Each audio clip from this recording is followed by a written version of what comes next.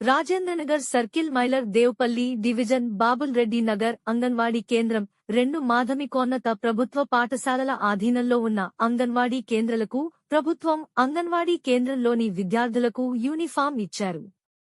వాటిని సోమవారం నవయువ youth club అధ్యక్షులు ఏర్వ కుమారస్వామి, ఉపాధ్యక్షులు రమేష్ రెడ్డి పాల్గొని విద్యార్థులకు వారి చేతుల మీదుగా అందజేశారు.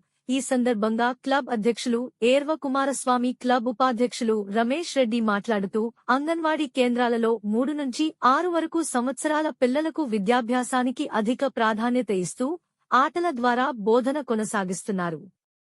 ఇందులో మంచి అలవాట్లు అలవర్చడం, పాటలు, కథల ద్వారా భాషా శాస్త్రీయ పరిజ్ఞానం, సృజనాత్మకతను ప్రోత్సహించడం, నాటకీకరణ, సంభాషణల ద్వారా అభివృద్ధి చేయడం జరుగుతుందన్నారు. ఈ విధంగా అంగన్వాడీ కేంద్రాలు ప్రీస్కూల్ పిల్లల అభివృద్ధికి ముఖ్యమైన పాత్ర పోషిస్తున్నాయి.